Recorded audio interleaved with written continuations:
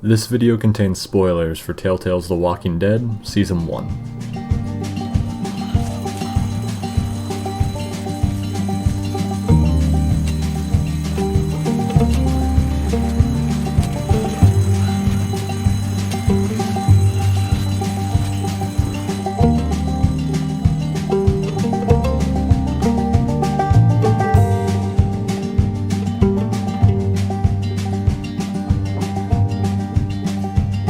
Sometimes I don't know where this dirty road is taking me.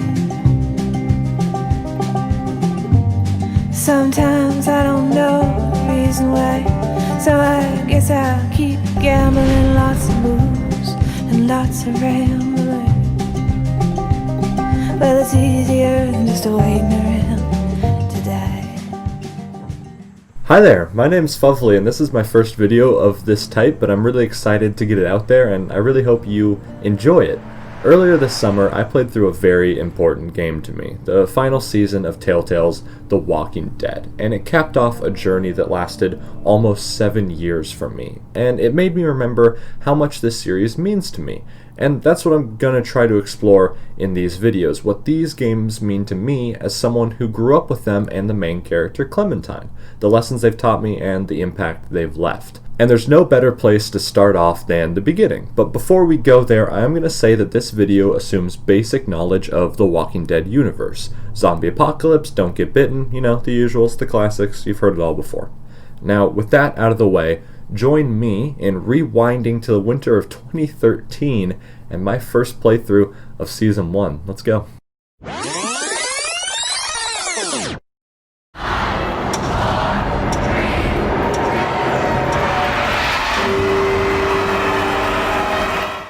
Remembering back to 2013 can be tough. It's 7 years on now, but for me, 2013 means middle school, my 13th birthday, and the real beginning of my love for gaming.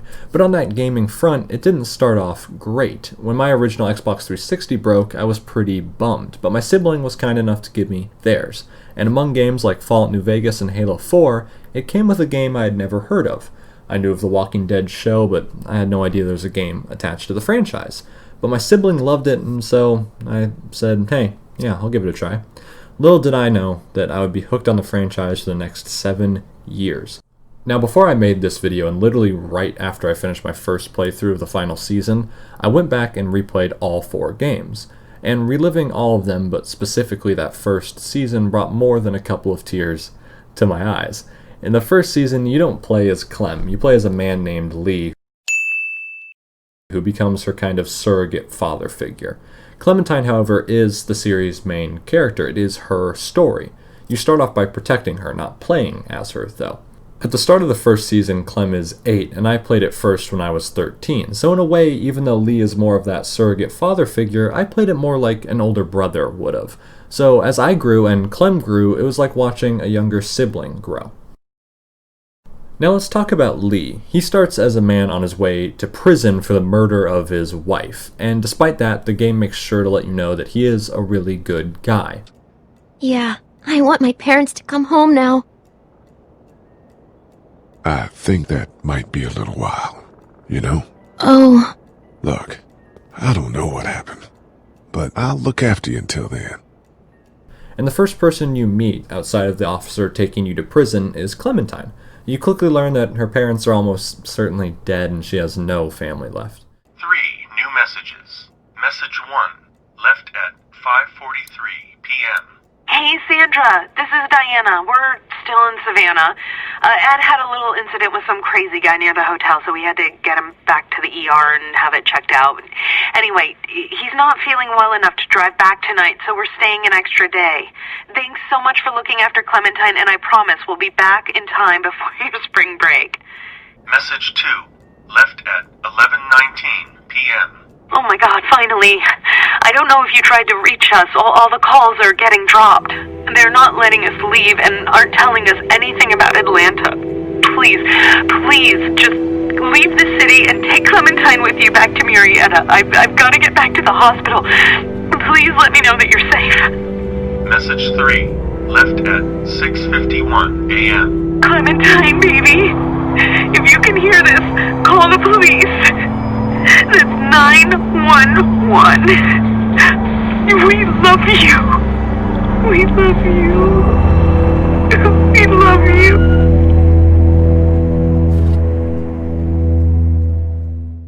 It is now on you to raise, teach, and protect this little girl, and you as Lee will do anything to reach that goal. Lee makes sure to let Clem know he's not going anywhere. No! You don't touch that board! You don't touch anybody! I've got a little girl I'm trying to protect in here too.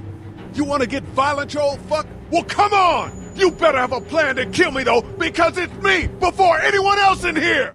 How the first season handles that relationship and Clem as a character is really genius, and I'm afraid I won't explain it in a way that will do it justice, so below is a video by Innuendo Studios that does a fantastic job of describing the relationship with Lee and Clem, and Kenny and Clem, which is something we'll get to in the second episode.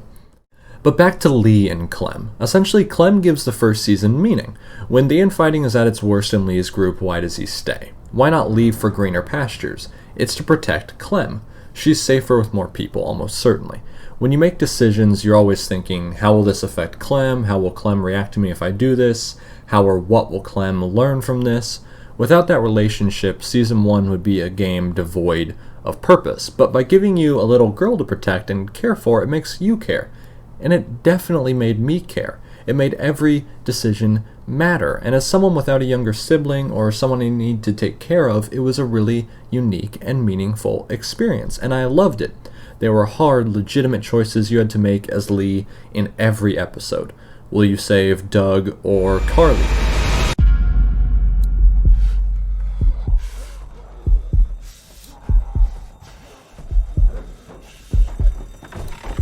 Will you support Kenny or Lily's leadership? Everything always turns into a power struggle between you two. I'm not going to be a part of that. Hey, I didn't ask to lead this group. Everyone was happy to have me distributing the food when there was enough to go around, but now that it's running out, suddenly I'm a goddamn Nazi. Will you steal the food from the car? Look, we don't know if these people are dead. If they come back, then we're just monsters who came out of the woods and ruined their lives. This stuff isn't ours. Dad, whose car is it? Don't worry about that, Duck. It's ours now. It's abandoned, Ducky. Don't worry. What if it's not? Well, what if it's not abandoned? What if it is someone's?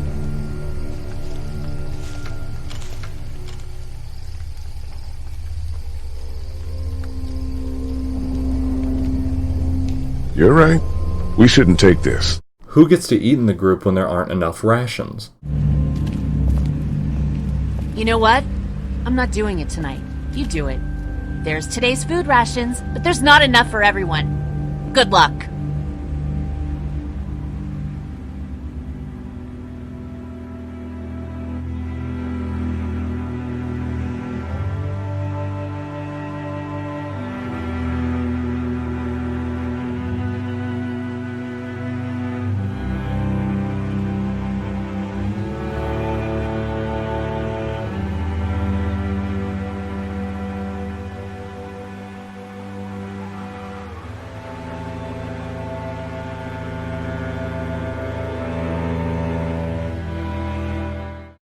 Will you shoot Kenny's son so he doesn't turn?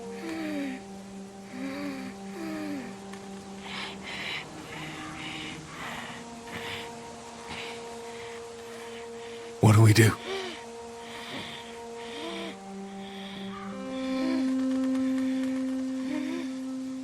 Give me the gun, kid. I'll do it.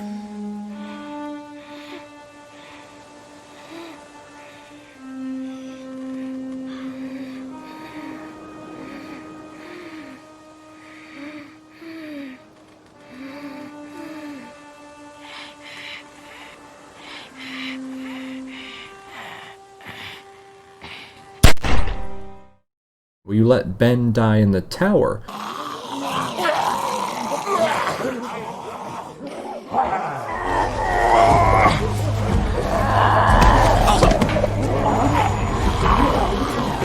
Why? Go, go, go! Will will you beat one of the St. John brothers to death in front of everybody, including Clem. Get back here and finish this, Lee!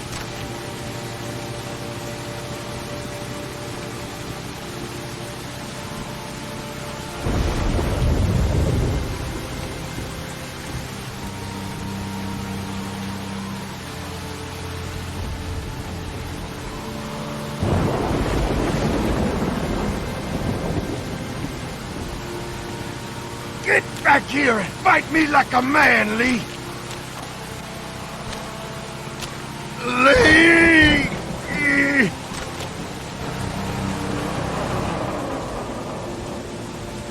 They're getting in! Lee! Let's go.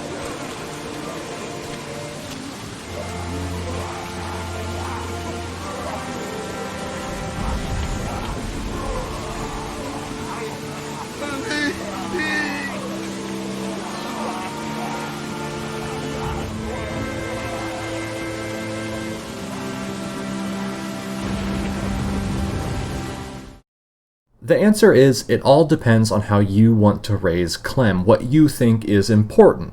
All of these choices then lead directly to the end of Season 1, to the hardest choice you will have to make in the game. It starts with Clem being kidnapped.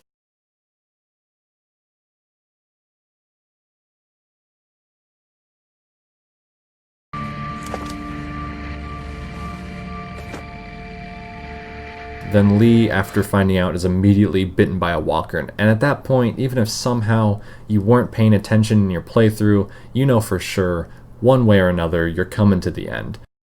The clock is ticking for you and Lee, and as Lee, you use every ounce of your strength to fight your way across an entire city and save your daughter. Your arm is chopped off to avoid the infection spreading, but it seems it was too late. You get to Clem, you save her from the kidnapper, and then boom, within a matter of seconds, Clem sees her dead parents as walkers, zombies. And with your strength waning, you pass out. Clem drags you into a safe building, and it's obvious you're at the end. Before we continue to the end, I want to talk about Clem's kidnapper. He's just known as the stranger in-game, but he acts as a sort of reflection point on what you've really done up until this point.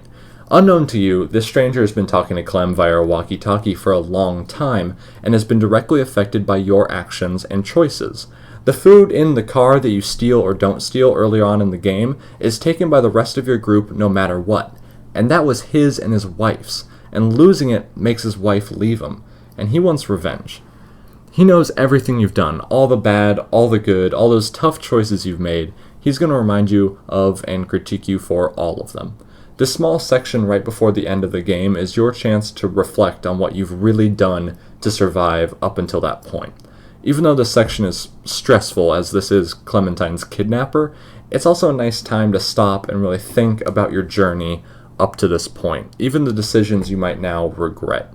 And once you're done reflecting, you're quickly gonna reach that hardest decision I mentioned just a bit ago. Once Clem gets you into safety, it's made clear that Lee is definitely dying, and he needs to tell Clem one last thing. I was bitten, Clem. Please, no. No. That's not true. Yes, it is. I'm sorry, Clementine. I'm supposed to take care of you. I can't now. I know. You have to look at Lee's surrogate daughter, or in my case, my surrogate little sister, and tell her to either shoot you so you don't turn into one of those monsters she just saw her biological parents as, or you tell her to run as fast as she can in the hope that she doesn't have to see you become one of them. It's a slap in the face for sure. The little girl you told all throughout the game that you would always be there for is now staring at you while you die, and you need to one last time tell her what to do. Shoot you or run. Tell a little girl to shoot her surrogate parent, or tell her that the same thing that happened to her actual biological parents is going to happen to you, and that she just needs to go. It's heartbreaking and it's brutal. I played through Season 1 3 times all the way through, and this ending has never failed to make the Waterworks go into full effect. Especially when I first played. I was 13. I had never played a game with this level of interpersonal relationships before, and for the first time I felt like an older sibling to someone. And I told Clem to shoot me. I couldn't bear to let Clem see Lee as one of the monsters she just saw her parents as, those monsters that have terrorized them for almost a year at that point, the monsters that have eaten her friends, her family, and now got a chunk of Lee. I don't know if I made the right call there. I mean, I just made a little girl shoot her dying dad, essentially, but I didn't want to leave her with the regret or the knowledge that Lee becomes one of them. So after all that, after fighting every day to keep Clem safe and using everything you had up until and including your last breath to make sure she makes it, after making all those hard decisions, you have to let her go. Lee dies no matter what. There is no good ending. But that doesn't make those choices any less important. You just have to hope that you made the choices that gave Clem everything she'll need to survive, be strong, and stay a good person. Which is how I imagine parenting, right? Hoping you get it right so when you're gone, they can continue on and be better. Season 1 is actually a product of a phenomenon in the gaming industry called the Datification of Games. Yes, it's a real term. Games like The Last of Us, Bioshock 2, Bioshock Infinite, and of course, The Walking Dead are all examples of this. All these games share the common aspect of playing as a fatherly figure protecting a young girl who plays the role of a daughter to the main character. All 4 of those games came out between 2010 and 2014, and games like them continue to be released today. It's thought that the reason for this spike in parenthood-driven games is because the developers who are making them, usually a majority of which are men, who have grown up with video games, are now having their own families and want to share that experience through the medium they love so much, and that's solidified with the ending of Season 1, with the father figure doing anything to save their child. Now, what does that have to do with me? I'm not a dad with a family, and I don't have any younger siblings to fill that role. And that's exactly it. This game shows me that type of relationship, or the idea of one, without me actually having one. And that was awesome for a 13-year-old me, and is still awesome today to have that experience. When I first played this season, as someone who hadn't lost any close family or friends, the ending hit me hard. I know it hits everyone hard, but I had never had to experience that kind of loss before, and having to say goodbye to both playing Lee and Clem was really hard. I found solace in knowing other people felt the same way. I watched YouTubers go through the same thing, and seeing them bawling at the end definitely helped. And as Clem says in an early part of Season 4, losing Lee taught her to say goodbye, and in a weird way, I think it taught me something similar. It helped me when good friends drifted away at the end of middle school because they didn't go to the same high school, or because of whatever reason. It helped me as I got older and more people I knew passed away, or just left my life. The first season of The Walking Dead hit an emotional and educational chord in me that no other game has or probably ever will. Stacked onto that is getting to experience that father-daughter relationship between Lee and Clem for someone who had never had that before was fantastic. And I'm beyond grateful to all those at Telltale for what they were able to accomplish in this game and the next 3. See, it's the same. Kind of. Oh, that's really something. I'll make one for you too. And I hope you enjoyed this episode. Hopefully it wasn't too long, and thank you for sticking through to the end. Episode 2 will hopefully be out shortly, and until then, have a good day. Bye-bye.